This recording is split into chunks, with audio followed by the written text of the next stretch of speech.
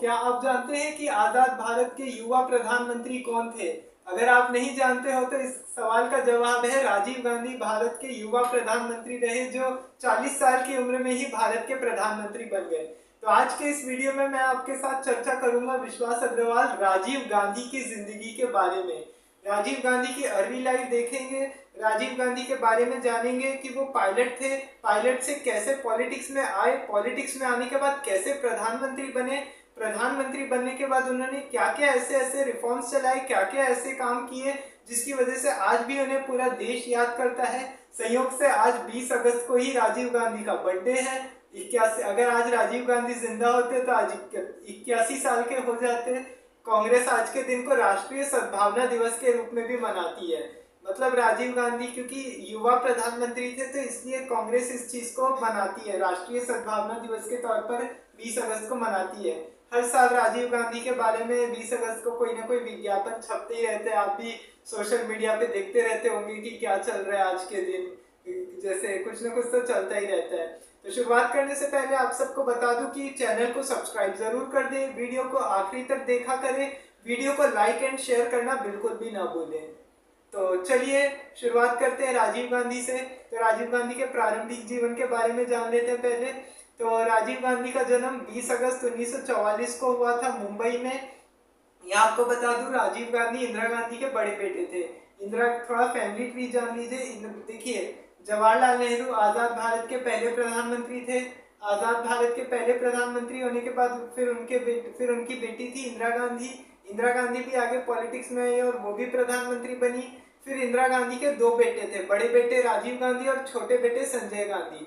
Sanjay Gandhi politics में full on active थे। मतलब ऐसा बोला जाता है कि इमरजेंसी के टाइम पे तो पूरी संजय गांधी की चलती थी, किसी की नहीं चलती थी उसके आगे। तो मतलब इस तरीके का इंसान था वो। मतलब ऐसी मतलब संजय गांधी ऐसा था। लेकिन राजीव गांधी बहुत अच्छे थे। मतलब राजीव गांधी कोई पॉलिटिक्स में थे नहीं, राजीव गांधी इंटेलेक्चुअल इंसान थे, काफी पढ़े लिखे थे। इंजीनियरिंग की थी राजीव गांधी ने। मुंबई में राजीव गांधी पैदा हुए थे। जिस समय भारत को आज़ादी मिली 20 अगस्त को, 15 अगस्त 1947 को जब भारत आज़ाद हुआ, तो उस समय राजीव गांधी भी 3 साल के ही थे। 3 साल के ही थे। तो उसके बाद क्या हुआ कि राजीव गांधी की शुरुआती पढ़ाई देहरादून के स्कूल में हुई, शिव निकेतन स्कूल में हुई। फिर उसके बाद जब वो 4 साल के हुए तो उसके बाद वो डून स्कूल में चले गए। डून स्कूल में जब राजीव गांधी बच्चे थे, उनकी बचपन, यहाँ आपको एक और बात बता दूं कि राजीव गांधी और अमिताभ बच्चन दोनों बचपन के दोस्त रहे हुए हैं। अभी उसके बारे में भी अपन चर्चा करेंगे। जब वो 4 साल के हुआ करते थे तब से ही उनका, राजीव गांधी का अमिताभ बच्चन से भी याराना था। तो उसके बाद डून स्कूल में गए, शिव निकेतन स्कूल में गए, देहरादून में फिर काफ़ी पढ़ाई की, 10th-12th तक पढ़ाई की। उसके बाद फिर क्या हुआ कि लेकिन उनको बचपन से ही विज्ञान में काफ़ी ज़्यादा रुचि थी, साइंस का शौक था। फिर उसके बाद क्या हुआ कि उनको सबसे ज़्यादा प्लेन उड़ाने का, फोटोग्राफी करने का, ये सारी चीज़ों का बहुत ज़्यादा शौक था। और वो बचपन से ही है ना पायलट बनना चाहते थे। पढ़ाई में वो कोई इतने एवरेज थे, मतलब कोई इतने खास नहीं थे। और राजीव गांधी जब छोटे थे ना तो काफी जिद्दी भी थे। ये बात इंदिरा गांधी ने बताई भी अपनी उनके बारे में कि राजीव बहुत जिद्दी था, उसको थोड़ा मनाना पड़ता था हर चीज के लिए। लेकिन जैसे जैसे राजीव गांधी बड़े होते गए, उनको भी मेच्योरिटी आते गई उनमें भी। फिर उसके बाद वो भी धीरे धीरे चीजें सीखने लगे। अब ऐसे करते करते क्या हुआ कि संजय गांधी भी उनके साथ ही थे। संजय गांधी और इंदिरा गांधी, माफ कीजिएगा, राजीव गांधी और संजय गांधी दोनों ही पढ़ रहे थे। अब उसके बाद क्या हुआ कि जब ये 12th हुआ इन लोग का, 12th के बाद ये राजीव गांधी आगे की पढ़ाई करने के लिए चले गए लंदन चले गए। लंदन जाने के बाद इन्होंने ट्रिनिटी कॉलेज से किया। इनका पूरा नाम आपको एक और बता दूं, राजीव गांधी का पूरा नाम है राजीव रत्न गांधी। राजीव रत्न गांधी इनका पूरा नाम है। अब राजीव गांधी ने उसके बाद क्या किया कि जैसे ही अब पढ़ाई कर रहे थे ट्रिनिटी कॉलेज में, यहाँ आपको बता दूं संजय गांधी थोड़े अखड़ू मिजाज के थे। संजय गांधी का तो क्या था ना, पीएन हक्सर तक से नहीं बनती थी इनकी। जैसे पीएन हक्सर जो इंदिरा गांधी के सेक्रेटरी थे। अब एक्चुअली क्या हुआ था, जब ये लोग कोर्स कर रहे थे ना अपना, तो उस समय क्या हुआ कि राजीव गांधी भी अपनी पढ़ाई पूरी कर ही रहे थे।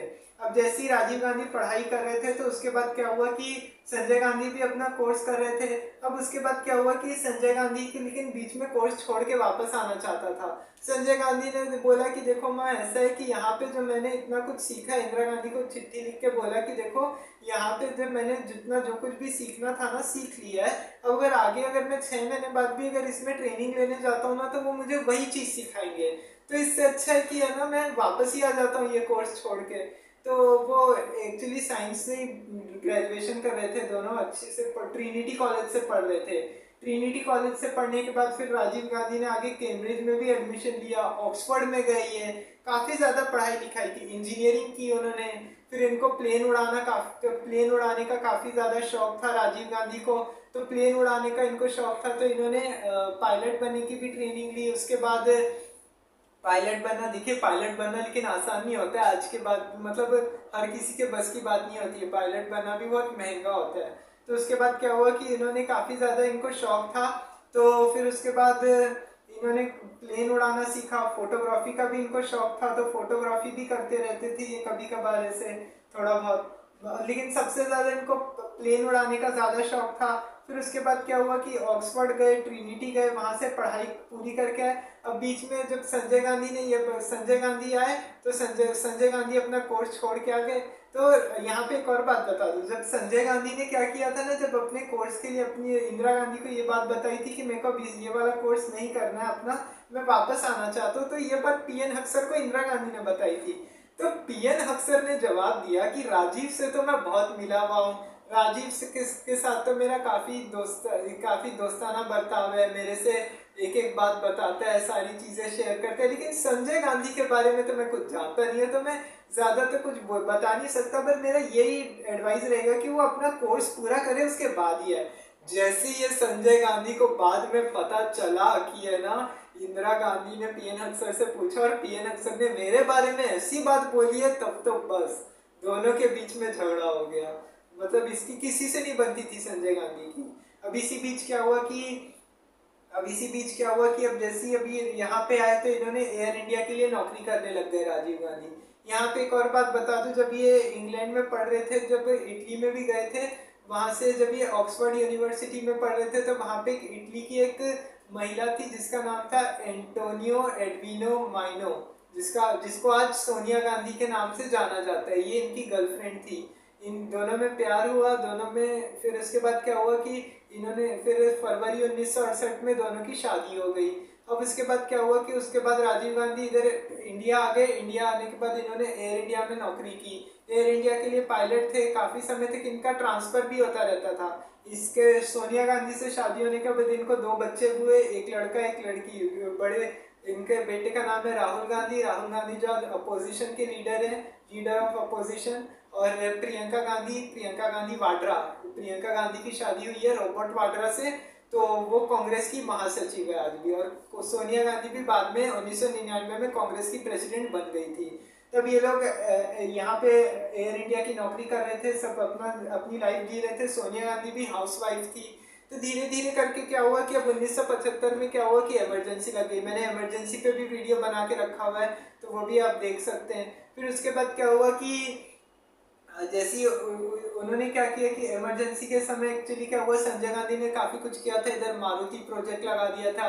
तो पीएन अफसर ने बोला भी था कि ये मारुति कार बना रहे हो, उससे अच्छा स्कूटर्स बेचो ना, मारुति कार कौन खरीदेगा। लेकिन वो इंदिरा गांधी मानी नहीं। इंदिरा गांधी इतना पुत्र मुंह में अंधी हो गई कि उसको कुछ दिखाई नहीं। तो बस वो संजय गांधी ने बोला तो हम तो वही करेंगे। तो वही वाली बात बोल के है ना, वो उन्होंने भी बात मान ली और ऐसे करके इमरजेंसी हटी। अब उसके बाद क्या हुआ, और जिस समय इमरजेंसी जिस टाइम पे लगी थी ना, उस समय राजीव गांधी कहीं पे भी पॉलिटिक्स में एक्टिव नहीं थे। हालांकि उस समय भी ये बात उठ रही थी कि है ना पॉलिटिक्स में आना चाहिए राजीव गांधी को। शंकराचार्य स्वरूपानंद आए थे उनके इंदिरा गांधी के घर पे, तो उन्होंने बोला भी था कि एक काम कीजिए, राजीव गांधी को आना चाहिए पॉलिटिक्स में। लेकिन राजीव आएगा कि नहीं, तो उन्होंने बोला कि देखो ये उसके, इंदिरा गांधी ने बोला कि देखो ये उसका डिसीजन है कि उसको आना है पॉलिटिक्स में कि नहीं आना है। तो उनसे पूछा तो उन्होंने बोला कि देखो मेरी माँ की अगर हेल्प रहती है तो मैं ज़रूर आऊँगा पॉलिटिक्स में, अगर बीच में अगर मेरे को ज़रूरत पड़ती है। तो एक बार एक डॉक्यूमेंट साइन करके रखा था उन्होंने, थोड़ा बहुत हेल्प कर देते थे, लेकिन इतना ज़्यादा नहीं था उनको पॉलिटिक्स से कुछ लेना देना। राजीव गांधी तो पायलट थे बकायदा, इंजीनियरिंग की भी थी उन्होंने, इतना कुछ, इतना पढ़े लिखे थे। टेक्नोलॉजी आई, इतनी सारी टेक्नोलॉजी आई इंडिया में, इतना कुछ हुआ। गोल्डन 90s का 80s का जो एरा था, 1980 का दशक, मतलब उसमें भी राजीव गांधी की बहुत बड़ी भूमिका रही है। अपन अभी सब चीज़ की बात करेंगे, हालांकि कंट्रोवर्सी भी बहुत सारी हुई है, जैसे Shah Bano case, Bhopal gas tragedy, फिर वो अयोध्या विवाद को लेके हुआ है, फिर उसके बाद बोफोर्स घोटाला, बोफोर्स की वजह से बोला जाता है कि इनको सरकार गंवानी पड़ी थी। अब इमरजेंसी के बाद क्या हुआ कि इमरजेंसी हटने के बाद क्या हुआ कि जनता पार्टी जीत गई, लोगों ने बोल दिया था इंदिरा हटाओ देश बचाओ, लेकिन जनता पार्टी में भी काफ़ी ज़्यादा मतभेद होने की वजह से जनता पार्टी भी नहीं टिक पाई। अब जनता पार्टी इधर जैसी नहीं टिक पाई तो उसके बाद क्या हुआ कि 1980 में फिर चुनाव हुए, तो जनवरी 1980 में फिर से इंदिरा गांधी प्रधानमंत्री बनी, लोगों ने बोला इंदिरा लाओ देश बचाओ। अब उसके बाद जैसे इंदिरा गांधी प्रधानमंत्री बनी, लेकिन 1980 में सब कुछ बदल गया। 23 जून 1980 को एक प्लेन क्रैश में संजय गांधी की भी मौत हो गई। संजय गांधी कोई पायलट नहीं था, उनको प्लेन उड़ाना आता नहीं था, लेकिन फिर भी प्लेन उड़ाने का बहुत शौक था। तो दिल्ली में प्लेन उड़ा रहा था, प्लेन उड़ाते समय क्या हुआ, एक जगह पे सफदरजंग रोड के, सफदरजंग हॉस्पिटल के बाहर या रोड पे कहीं तो क्रैश हो गया प्लेन जाते जाते, और प्लेन क्रैश में संजय गांधी की डेथ हो गई। अब संजय गांधी की जब डेथ हुई, ऐसा बोला जाता है इंदिरा गांधी तो पॉलिटिक्स भी छोड़ देना चाहती थी। इंदिरा गांधी इतना डिप्रेशन में चली गई थी, इतना, मतलब जो उनका पॉलिटिकल सक्सेसर था ना, वो एकदम ही चला गया था कि अरे मेरी हेल्प कौन करेगा, मेरे को संभालेगा कौन, मतलब संजय गांधी से बहुत ज्यादा प्यार करती थी वो। तो इस वजह से ऐसा बोलते हैं लोग कि इंदिरा गांधी पॉलिटिक्स नहीं करना चाहती थी, लेकिन अब उसके बाद क्या हुआ, फिर भी लगी रही। लेकिन इंदिरा गांधी ने फिर उसके बाद ये बात उठने लगी और राजीव गांधी को के ऊपर काफी ज्यादा प्रेशर डाला गया कि आप एयर इंडिया की नौकरी छोड़ो और पॉलिटिक्स ज्वाइन करो। तो राजीव गांधी भी मान गए, और उसके बाद क्या हुआ कि 1981 में अब संजय गांधी जो सीट लड़ते थे ना अमेठी से उन्होंने सीट लड़ी, और उसके अमेठी से वहां पे वो अमेठी की सीट खाली हो गई थी, तो एमपी बन गए राजीव गांधी, वहां से इलेक्शन लड़े, और इलेक्शन लड़ने के बाद अमेठी से जीत गए, और वहां से फिर एमपी बने। हालांकि राजीव गांधी को पॉलिटिक्स का पी भी नहीं आता था, तो धीरे धीरे उन्होंने चीजें सीखनी चालू की। कांग्रेस की यूथ कमान उनको दी गई। 1982 में जब एशियन गेम्स हुए इंडिया में, तो उनकी जिम्मेदारी राजीव गांधी ने ही उठाई। अब उसके बाद क्या हुआ कि जैसी ये सारी चीजें हुई, अब उसके बाद क्या हुआ कि 1984 में क्या हुआ कि ये भारत के प्रधानमंत्री बने, जब ये सिर्फ 40 साल के थे। तो हुआ क्या था, देखिए 31 अक्टूबर 1984 इंदिरा गांधी की हत्या कर दी गई। इंदिरा गांधी की हत्या क्यों हुई थी? ऑपरेशन ब्लू स्टार की वजह से। ऑपरेशन ब्लू स्टार पे भी मैंने पूरा वीडियो बना के रखा हुआ है, तो आप चाहें तो उसको भी देख सकते हैं। तो उसके बाद क्या हुआ, इंदिरा गांधी की हत्या हुई। इंदिरा गांधी की हत्या के बाद क्या हुआ कि इनको प्रधानमंत्री बनाया गया। कैसे, देखिए, हालांकि बहुत लोगों को पता था, लगा था कि ये प्रधानमंत्री बनेंगे, नहीं बन पाएंगे। एक्चुअली क्या हुआ था, जब जिस समय थोड़ा बहुत, लेकिन ये पॉलिटिक्स में उतने एक्टिव नहीं थे उस समय तक, बस थोड़ा इंदिरा गांधी की हेल्प करते रहते थे, सजेशन देते रहते थे कि क्या करना चाहिए, कैसे करना चाहिए, हर चीज़ का उनको बताते रहते थे। अब उसके बाद क्या हुआ कि जैसे ये सारी चीज़ें हुई, फिर अब उसके बाद धीरे धीरे करके अब जून 1984 में जब ऑपरेशन ब्लू स्टार चला, ऑपरेशन ब्लू स्टार के बाद क्या हुआ, 31 अक्टूबर 1984 को सतवंत सिंह और बेअंत सिंह, जो इंदिरा गांधी के सिख बॉडीगार्ड से, इन्होंने इंदिरा गांधी की गोली मारकर हत्या कर दी। अब राजीव गांधी उस समय गए हुए थे वेस्ट बंगाल, पश्चिम बंगाल के दौरे पर गए हुए थे, कोई चुनावी रैली के काम से गए थे। जब पता चला तो छोड़ के आए। हालांकि कांग्रेस में उस समय भी काफी ज्यादा मतभेद हो रहे थे, बात चल रही थी कि नहीं प्रणब मुखर्जी को बनाया जाना चाहिए, इनको बनाया जाना चाहिए, ऐसे करके काफी कुछ चल रहा था कांग्रेस में। लेकिन सबने बोला कि नहीं, अब राजीव गांधी को ही अगला प्राइम मिनिस्टर बनाया जाएगा। बाकायदा उस समय भारत के तत्कालीन राष्ट्रपति ज्ञानी जैल सिंह को पत्र दे दिया गया और बोल दिया गया कि राजीव गांधी को प्राइम मिनिस्टर बनाया जाएगा। अब राजीव गांधी प्रधानमंत्री बने। हालांकि जिस समय राजीव गांधी प्रधानमंत्री बने, राजीव गांधी की कंट्रोवर्सीज भी होती है। सबसे बड़ी अब इनकी कंट्रोवर्सी क्या हुई है, पहले तो ये देखिए, जो इंदिरा गांधी की हत्या के बाद इन्होंने जो बयान दिया था 19 दिन बाद, 19 नवंबर 1984 को दिल्ली के बोर्ड क्लब में राजीव गांधी ने जो कहा था, उससे पूरे भारत में तहलका मच गया। क्योंकि उन्होंने कहा था कि जब कोई बड़ा पेड़ गिरता है तो धरती थोड़ी हिलती ही है। मतलब क्या कि आपको पता ही है, इंदिरा गांधी की हत्या होने के बाद दिल्ली सहित पूरे देश में सिख दंगे फैल गए। दंगे होने की वजह से रिपोर्टर ने पूछ लिया, तो उसके बाद क्या हुआ कि राजीव गांधी से पूछा कि कुछ करते क्यों नहीं है आप दंगों को रोकने के लिए। तो उस समय क्या हुआ कि उन्होंने सीधा सीधा यही बोल दिया कि अब जब एक बड़ा पेड़ गिरेगा तो धरती थोड़ी हिलेगी।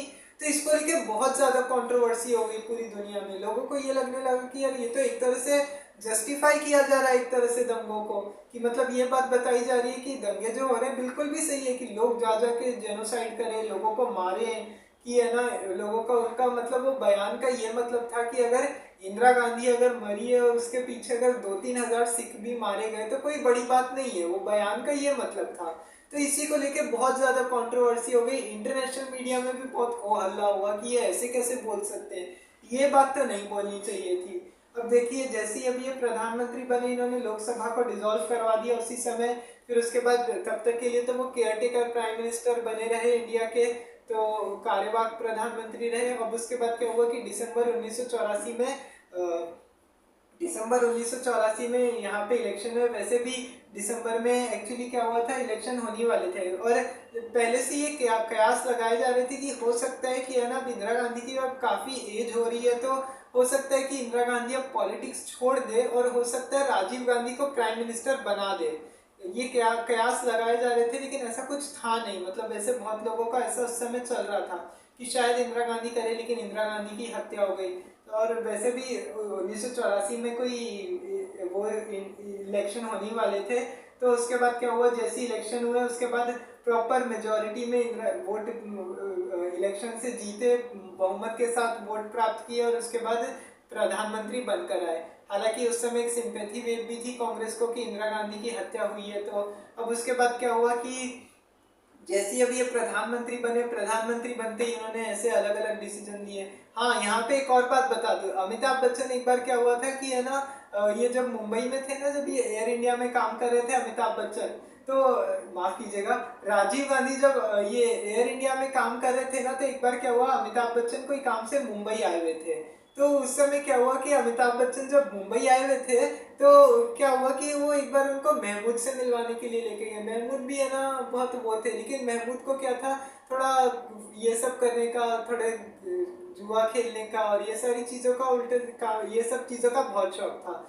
अब राजीव गांधी को महमूद ने देखा, महमूद ने बोला अरे ये कौन है, ये तो ये बहुत ही अच्छा खूबसूरत नौजवान है, इस पे तो मैं इतना पैसा लगाने का तैयार हूँ, अगर ये फिल्म इंडस्ट्री में भी आ जाता है तो इसके लिए तो बहुत ही इसकी वाहवाही होगी। एक्चुअली क्या हुआ था कि किसी को फिर है ना राजीव गांधी का उनको नहीं पता चला कि है ना, बोले कि नहीं मेरे को तो इसको फिल्म में लाना चाहिए। हालांकि राजीव गांधी उस समय पायलट थे, तो राजीव गांधी ने बोला कि नहीं देखो ऐसा है कि मैं अभी एयर इंडिया में ही नौकरी करूंगा, अमिताभ बच्चन को बोल दिया था। लेकिन वो बोले थे कि ये तो बहुत आगे चलेगा फिल्मों में, बहुत बोला इनको महमूद ने अमिताभ बच्चन को कि सर ये तो फिल्मों में बहुत चलेगा, इसका आगे चल के नाम हो सकता है एक फिल्म इंडस्ट्री में, इतना खूबसूरत नौजवान है, ऐसे वैसे काफी सारी बातें की।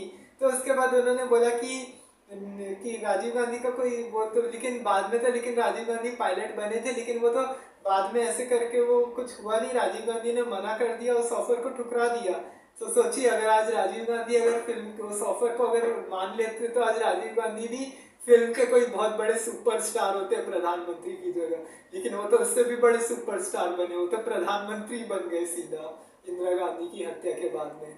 अब उसके बाद क्या हुआ कि प्रधानमंत्री बनते ही उन्होंने फिर काफी सारे डिसीजन लिए।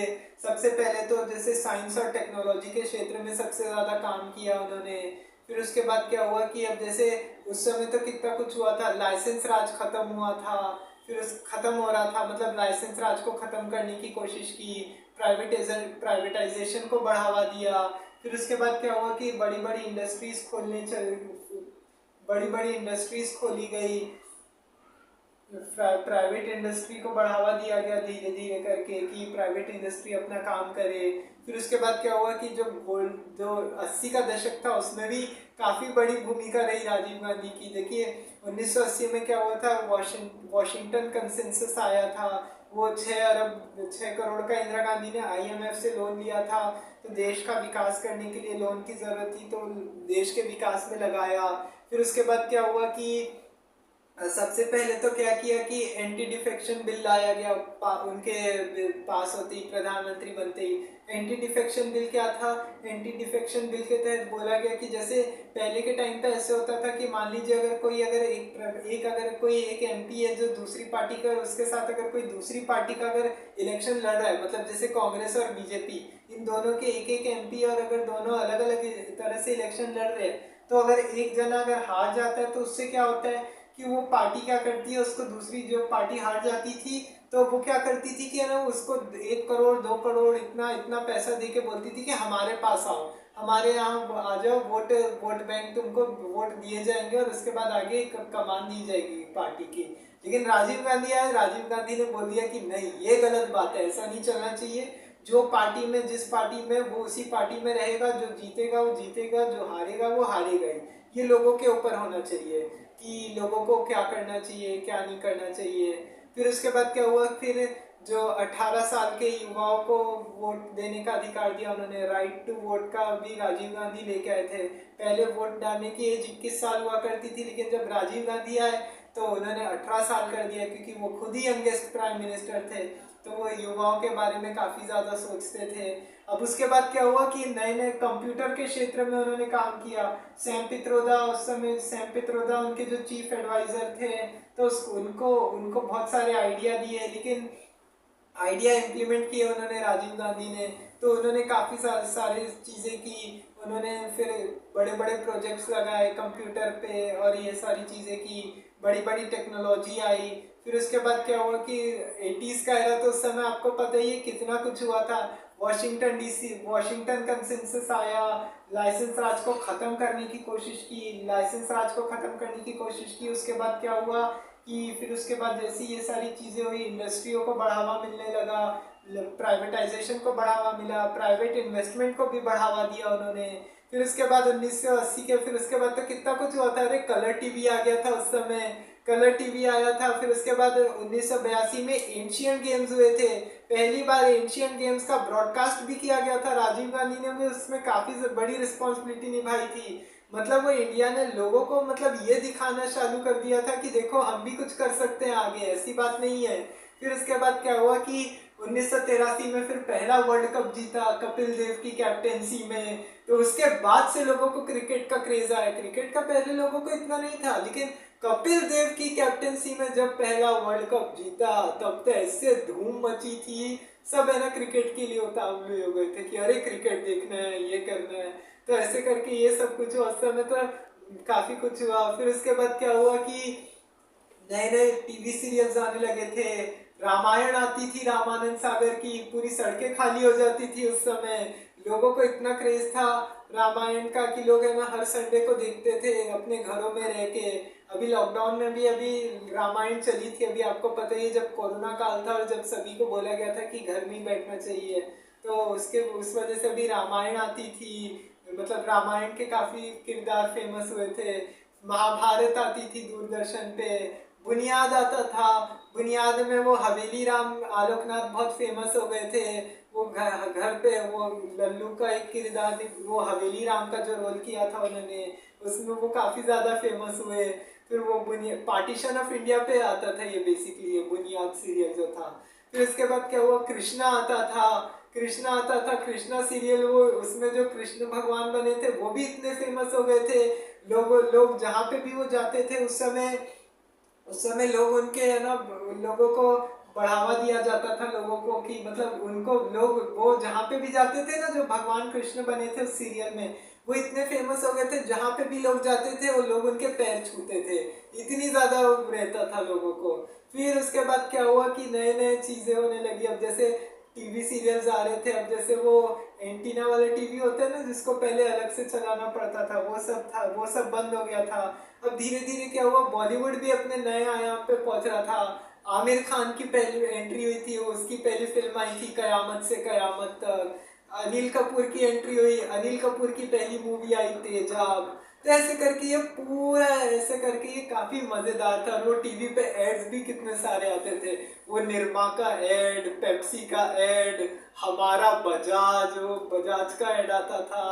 मतलब अलग अलग तरीके के ऐड आते थे। फिर लेट 90s में शक्तिमान भी आया था, बहुत कुछ हुआ था राजीव गांधी ने, और कहीं ना कहीं इन सब का श्रेय राजीव गांधी को भी दिया जाता है। अब जैसे कंप्यूटर आए, हालांकि सारे कंप्यूटर्स राजीव गांधी ने तो नहीं लाए, लेकिन आइडिया उन्होंने इम्प्लीमेंट किया। फिर MTNL, BSNL, ये जो बड़ी बड़ी कंपनियां थी इनको भी बढ़ावा मिलने लगा। इनके भी काफ़ी ज़्यादा जो नए नए फ़ोन्स आने लग गए थे, मतलब जो मोबाइल जो डायलर वाला फ़ोन था, वो लोग उसको वो करते थे, वो घुमा के वो जिससे खेलते थे, वो वाला वो सुंदर पिक्चर ही उस समय काफ़ी ज़्यादा वो बताते हैं कि है ना वो कितना उनको शौक था वो मोबाइल का, वो इससे कितना खेलते थे। वो नया नया वो सब चला। फिर उसके बाद इतना कुछ हुआ। फिर उसके बाद लेट 90s में शक्तिमान आया था। शक्तिमान भी इतना फेमस हो गया था, पूरी दुनिया में वो हर घर में सुपर हीरो हो गए थे। इतना कुछ हुआ उस समय। फिर उसके बाद क्या हुआ कि ये सारी चीज़ें हुई। हाँ, एजुकेशन पॉलिसी क्या हुआ कि नई न्यू एजुकेशन पॉलिसी भी लाई उन्होंने। न्यू एजुकेशन पॉलिसी के तहत क्या हुआ था कि जवाहर नवोदय विद्यालय खोला उन्होंने। गांव के लोगों को काफ़ी ज़्यादा पढ़ा लिखा होना चाहिए, इसके लिए उनको गांव गांव के लोगों को बोला गया, इसमें 6 से 14 साल के बच्चों को पढ़ाई करने के का अधिकार दिया गया। और उनमें बोला गया कि जो नवोदय विद्यालय खोला गया इसमें रहना खाना सबका फ्री था, कोई सरकार इसको फंड किया करती थी। ये सारी चीज़ें थी। फिर और भी कुछ किया इन्होंने। इवन है ना, आपको बता दूं कि है ना, भारत ने उस समय क्या किया था, अलग अलग ऑपरेशंस भी चलाए थे इंडिया में, मतलब बहुत सारी कंट्री की हेल्प भी की थी। इवन आपको बता दूं कि आज आज देखिए सर्जिकल स्ट्राइक की इतनी बात होती है। अब उस समय क्या हुआ था कि मालदीव में उन्होंने ऑपरेशन चलाया राजीव गांधी ने, ऑपरेशन कैक्टस पे भी मैंने वीडियो बनाया हुआ है, तो आप वो भी देख सकते हैं। एक्चुअली मालदीव के जो प्रेसिडेंट थे मोहम्मद अब्दुल गयूम, इन्होंने ये इनको है ना अब्दुल्ला लुत्फी की ने है ना वहाँ के, और जो वहाँ की जो पीपल्स लिबरेशन फ्रंट था जो तमिल का श्रीलंका का, इन लोगों ने मिलके तब वहाँ पे मालदीव में कू करने का प्लान किया। लेकिन ये इस अटेम्प्ट को फेल करने के लिए भारत से मदद मांगी। तो उन्होंने ऑपरेशन कैक्टस के तहत वहाँ के उन सैनिकों को गिरफ्तार कर लिया और वहाँ के प्रेसिडेंट को बचा लिया। फिर उसके बाद क्या हुआ कि पाकिस्तान ने भी है ना वो कुवैत पोस्ट को ऑक्यूपाई कर रखा था सियाचिन में, तो वहाँ पे भी इन्होंने आर्मी भेज के किया, जिसको ऑपरेशन मेघदूत था, ऑपरेशन राजीव था। ऑपरेशन राजीव क्यों नाम दिया गया था, उसमें भी एक थे लेफ्टिनेंट कर्नल राजीव पांडे, इनकी भी जान चली गई थी, तो इनकी जान को व्यर्थ नहीं जानी चाहिए, इसको नाम देने के लिए ऑपरेशन राजीव को लॉन्च किया गया। फिर उसके बाद लॉन्च किया गया ऑपरेशन मेघदूत। फिर उसके बाद क्या हुआ कि ऐसे करके सीशेल्स में उन्होंने एक ऑपरेशन चलाया था। सीशेल्स का भी प्रेसिडेंट खुला घूम रहा था, तो उसको भी बचाने के लिए किया गया। फिर उसके बाद क्या हुआ कि जैसे उसके बाद क्या हुआ, अलग अलग इनकी कैबिनेट में भी रिशफलिंग होती रहती थी। मोहसिना किदवई को रेलवे मिनिस्टर बनाया गया, VP सिंह को होम मिनिस्ट्री दी गई। ऐसे करके अलग अलग चलता रहता था, लेकिन VP सिंह ने इनसे मतभेद की वजह से इस्तीफा दे दिया था। डिफेंस के नाम पे उन्होंने बहुत सारे डिसीजन लिए कि डिफेंस में क्या होना चाहिए क्या नहीं, हालांकि डिफेंस के चक्कर में इनको अपनी सरकार भी गंवानी पड़ गई। फिर उसके बाद उन्होंने अलग अलग ऐसे करके करते रहे। 5 साल का ये टेन्योर था, उन्होंने काफ़ी कुछ किया। अगर बहुत सारे लोग तो है ना ये भी मानते हैं कि अगर राजीव गांधी अगर दोबारा आते तो इंडिया बहुत डेवलप हो सकता था, टेक्नोलॉजी के क्षेत्र में तो बहुत डेवलप हो जाता। सोचिए अगर महमूद, अगर वो मैंने आपको अमिताभ बच्चन वाली बात बताई थी, वो महमूद का किस्सा बताया था, अगर अगर वो ऑफर को भी मान लेते राजीव गांधी, तो हो सकता है राजीव गांधी प्राइम मिनिस्टर बनने की जगह आज फिल्म के बहुत बड़े सुपरस्टार होते बॉलीवुड के, लेकिन ऐसा हुआ नहीं। अब उसके बाद क्या हुआ इसके, लेकिन काफ़ी कुछ किया इन्होंने। अब फिर उसके बाद कंट्रोवर्सीज भी बहुत सारी हुई है। देखिए कंट्रोवर्सीज किस चीज़ को ही, भोपाल गैस ट्रेजेडी क्या था, सबसे बड़ी कंट्रोवर्सी तो इनकी सिख दंगों को लेके ही हुई है कि इन्होंने सिख दंगों को लेके जो बयान दिया था कि जब कोई बड़ा पेड़ गिरता है तो धरती हिलती है। यहाँ एक और बात बता दूं, और भी काफ़ी कुछ किया था इन्होंने। आसाम में पंजाब में काफ़ी जगहों पे समझौते भी कराए, शांति समझौते, ये सब भी किया। फिर 1988 में ऑपरेशन ब्लैक थंडर भी चलाया गया। मैंने operation blue star, operation black thunder पे भी पूरा वीडियो बनाया, तो वो भी देख सकते हैं आप। तो वो चलाया गया और मंदिर को पूरा सिक्योर किया गया, हरमंदिर साहिब को। ये सारी चीज़ें हुई थी। हाँ, अब लेकिन कंट्रोवर्सीज भी बहुत ज़्यादा हुई है। देखिए कंट्रोवर्सीज क्या क्या हुई है। पहली तो है Bhopal gas tragedy. Bhopal gas tragedy क्या थी कि भोपाल गैस ट्रेजेडी की वजह से क्या हुआ कि इन्होंने, अब ऐसा बोला जाता है कि जो यूनियन कार्बाइड की जो कंपनी थी ना, उनसे उनसे जो गैस लीकेज हुई थी भोपाल में, जिसका चीफ एग्जीक्यूटिव था वॉरेन एंडरसन, जब ये गैस लीक होने के बाद इतने लोगों की जान गई, इतना कुछ हुआ, तो उसके बाद क्या हुआ कि अब बहुत सारे लोगों ने बोला कि अब वॉरेन एंडरसन को सजा मिलनी चाहिए, तो लेकिन सजा नहीं मिल पाई, तो लोग इसके लिए राजीव गांधी को जिम्मेदार मानते हैं कि राजीव गांधी ने इसकी हेल्प की थी वॉरेन एंडरसन को बचाने में। हालांकि उस पर तो अपने अपने व्यूज है सबके। तो अब वो भोपाल गैस के बारे में अपन बात करेंगे किसी दिन, तो बताऊंगा सारी चीजें। फिर उसके बाद सबसे बड़ा आता है शाहबानो केस। शाहबानो केस क्या था, थोड़ा सा जान लीजिए। देखिए, शाहबानो एक 62 वर्ष की एक मुसलमान महिला और 5 बच्चों की माँ थी। अहमद खान से इसकी शादी हुई थी। अहमद खान से शादी हुई थी, लेकिन अहमद खान का किसी बात पे झगड़ा हो गया इससे, तो अहमद खान ने इसको तलाक दे दिया, 3 तलाक बोल के, तलाक तलाक तलाक बोल के तलाक दे दिया। तो शाहबानो को ऐसे करके घर से निकाल दिया गया। 1978 की बात है ये। 1978 में घर से निकाल दिया गया। फिर शाहबानो गई इंदौर के जबलपुर हाईकोर्ट में अपील की। जबलपुर हाईकोर्ट में अपील की, एमपी हाईकोर्ट में, तो हाईकोर्ट ने कुछ ज़्यादा फैसला दिया नहीं, तो ये चली गई सुप्रीम कोर्ट। सुप्रीम कोर्ट ने अपील की। सुप्रीम कोर्ट में अपील की तो उस पर क्या हुआ कि सुप्रीम कोर्ट में अपील की, तो सुप्रीम कोर्ट का डिसीजन आया अप्रैल 1985 में। तो 1985 में जो सुप्रीम कोर्ट का डिसीजन आया, तो जो इद्दत होता है ना, उन लोग में इद्दत बोला जाता है, जो एलमनी दी जाती है, तो वो प्रॉपर देना चाहिए इनको। और तो जो 3 तलाक का जो ये होता है मुस्लिमों में, जो ट्रिपल तलाक की प्रथा है, इस पर बैन लगना चाहिए। जैसे हिंदुओं को या और लोगों को जैसे कोर्ट जाके प्रॉपर न्याय दिया जाता है, देने का अधिकार होता है, वैसे इन लोगों को भी दिया जाना चाहिए। अब उसके बाद वो सब सारी चीज़ें शाहबानो के फेवर में पूरा फैसला दे दिया। अब इससे क्या हुआ कि जो मुस्लिम संगठन थे वो नाराज हो गए, वो प्रोटेस्ट करने लगे। राजीव गांधी ने उनकी बातों में आके क्या किया, मामले को ही पूरा पलट दिया, सुप्रीम कोर्ट का पूरा फैसला ही पलट दिया। वो एक नया एक्ट लिया है, मुस्लिम प्रोटेक्शन डिवोर्स एक्ट। इस एक्ट के तहत उन्होंने क्या बोला कि जो अहमद खान है ना, वो सिर्फ 90 दिन तक की ही एलिमनी देगा। जो इज्जत मिलती है इन लोग को, वो सिर्फ 90 दिन की ही मिलेगी, और बाकी इसके बाद आगे कुछ नहीं मिलेगा। जो मुस्लिम लोग को इसके तहत ऊपर, मुस्लिम पर्सनल लॉ को इसके तहत ऊपर माना गया, सबसे ऊपर माना गया, और सुप्रीम कोर्ट के पूरे डिसीजन को नलीफाई कर दिया गया। तो इसकी वजह से राजीव गांधी की काफ़ी ज़्यादा कंट्रोवर्सी, और वैसे इससे हिंदू संगठन काफ़ी नाराज हुए। तब ऐसा बोला जाता है कि अब इन्होंने हिंदुओं को खुश करने के चक्कर में अयोध्या में बाबरी मस्जिद के राम जन्मभूमि के ताले खुलवा दिए। मैंने अयोध्या विवाद पे भी एक वीडियो बनाया हुआ है पूरा, तो उस पर भी आप देख सकते हैं। तो उसके बाद उन्होंने ये वीडियो, माफ कीजिएगा, उन्होंने राम जन्मभूमि के ताले खुलवा दिए। इससे भी है ना क्या हुआ कि देश में दंगों का दौर शुरू हो गया। राम जन्मभूमि आंदोलन भी बड़े जोर शोर से चला था उस समय। मैं आपको बता दूं 80 के दशक में इतनी सारी चीजें हुई थी। एक और चीज बताना भूल गया था, राम जन्मभूमि आंदोलन भी बड़े जोर शोर से चल रहा था उस समय, इतना कुछ होने के बाद भी। तब बड़ी जंग, तो क्योंकि ये बहस हो गई थी ना कि राजीव गांधी की बड़ा राम भक्त कौन है, कांग्रेस और बीजेपी में, राजीव गांधी है कि बीजेपी है। तो राजीव गांधी ने ऐसा बताने के लिए कि कांग्रेस हिंदुओं मुस्लिमों की पार्टी नहीं है, ये बताने के लिए अयोध्या में राम जन्मभूमि के ताले खुलवा दिए। उसकी वजह से क्या हुआ कि ये अयोध्या मूवमेंट भी बड़े लेवल पे शुरू हुआ, अब ऐसा बोला जाता है। फिर उसके बाद क्या हुआ कि शाहबानो केस हो गया, अयोध्या विवाद हो गया। फिर उसके बाद क्या हुआ, बोफोर्स घोटाला। एक्चुअली जो उस समय कश्मीर में भी काफ़ी ज़्यादा अनस्टेबिलिटी थी, गुलाम मोहम्मद शाह और इन लोग की सरकार को गिराना करना, ये सब जो कश्मीरी पंडितों के नरसंहार की शुरुआत थी, ऐसा बोला जाता है कुछ राजीव गांधी के समय से ही हुई थी। राजीव गांधी ने उस पर भी ज़्यादा ध्यान दिया नहीं, तो उसको भी लेके कंट्रोवर्सी होती रहती है।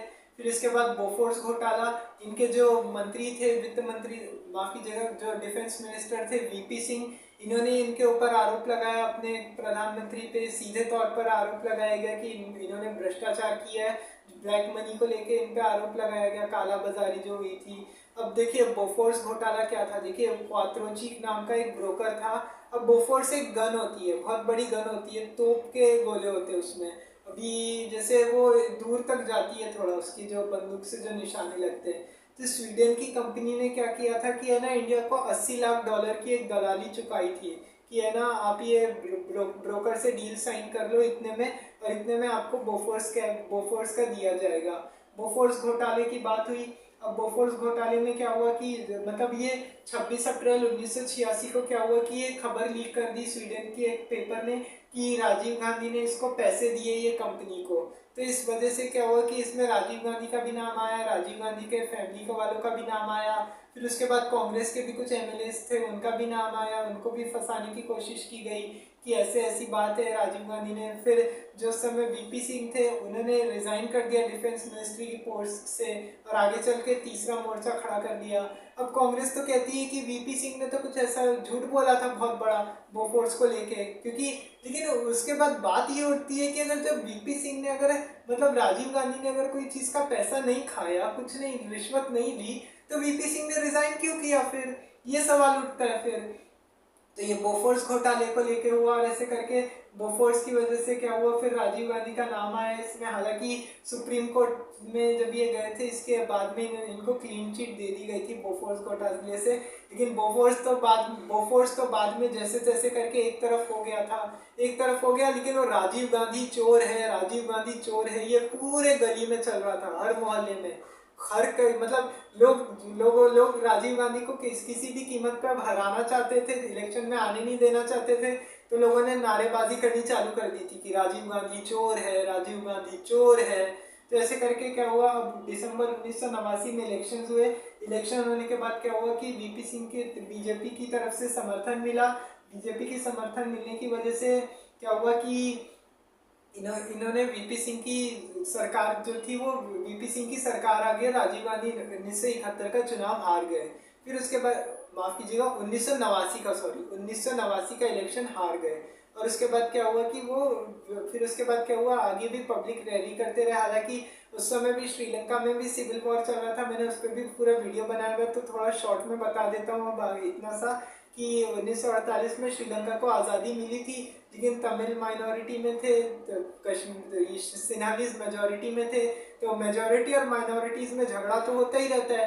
तो काफ़ी सारी पॉलिसीज़ उन्होंने लागू कर दी थी कि ये नहीं मिलना चाहिए, तमिल्स को तमिलियन नहीं बोली जाएगी, सिन्हालीज ही बोली जाएगी, लैंग्वेज प्रॉब्लम, उनको अलग अलग कॉलेज से निकाल दिया गया उनको। तो ऐसे करके उनके साथ काफ़ी ज़्यादा भेदभाव था। तो ऐसे करके फिर तमिलियंस भारत आने लग गए। तो राजीव गांधी के टाइम पे तो उन्होंने काफ़ी इसमें कोशिश की। फिर उसके बाद क्या हुआ कि 1987 में क्या हुआ, पहले तो ऑपरेशन पूमलाई चलाया। ऑपरेशन पूमलाई के तहत वहाँ पे जो तमिल जो एड्स थी वो फूड की खाने की सप्लाई थी वो उनको पहुँचाई गई। फिर उसके बाद ऑपरेशन पवन के तहत जाफना को एलटीटी से मुक्त कराया गया। लेकिन जब उसके बाद क्या हुआ कि भारत और समझौता भी हुआ था भारत और श्रीलंका के बीच में।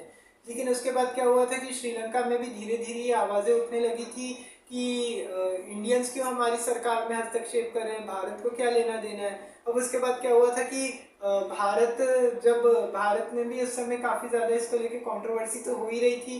तो उसके बाद क्या हुआ कि जैसी जब इनकी कंट्रोवर्सी हो रही थी, तो उसके बाद क्या हुआ कि यहाँ पे जब ये सब कुछ हुआ तो वीपी सिंह जो उस समय राजीव गांधी के खिलाफ थे, जो राजीव गांधी के खिलाफ भाषण देते रहते थे, तो उनका भी ये कहना था कि भारत के सैनिक श्रीलंका में क्यों जा रहे हैं, क्यों मारे जा रहे हैं, उनका मानना ये था।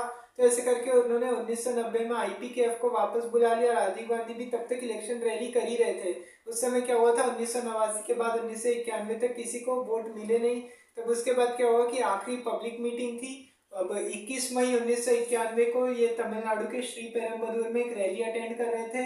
रैली को संबोधित करने गए थे जनसभा में एलटीटीई की एक कमांडर थी धनमोजी राजारत्नम, जिसको धनु नाम से जाना जाता है। ये शिवरासन की कजिन थी। तो वो इन्होंने क्या किया, इन्होंने एक सुसाइड बॉम्ब बनाया, फूलों की माला पहना के 10:21 पर राजीव गांधी की हत्या कर दी। तो 21 मई 1991 को राजीव गांधी का हो गया निधन। अब उसके बाद 1991 में राजीव गांधी की हत्या हो गई। फिर उसके बाद अभी सोनी लिव पे भी है ना, राजीव गांधी के असैसिनेशन केस पे सीरीज भी आ रही है, तो आप अगर वो भी देख सकते हैं। तो फिर राजीव गांधी की हत्या हो गई। तो ये था राजीव गांधी के बारे में। राजीव गांधी की हत्या कैसे हुई थी, एलटीटी ने कैसे प्लान एग्जीक्यूट किया था, फिर एलटीटी प्रभाकरन के बारे में, ऑपरेशन पूमलाई, ऑपरेशन पवन, ये सब चीज़ों पे मैंने वीडियो बना रखा है। तो आप चाहें तो वो सब भी देख सकते हैं अगर आपको श्रीलंका सिविल वॉर के बारे में जानना है तो। तो ये था आज के वीडियो में राजीव गांधी के बारे में। वीडियो आपको कैसा लगा कमेंट में ज़रूर बताइए। वीडियो अच्छा लगा हो तो लाइक एंड शेयर करना बिल्कुल भी ना भूलें। साथ ही चैनल को सब्सक्राइब ज़रूर कर दें और बेल आइकन का बटन दबा दें। कल अगले टॉपिक पे किसी और टॉपिक पे बात करेंगे। तब तक के लिए जय हिंद जय भारत।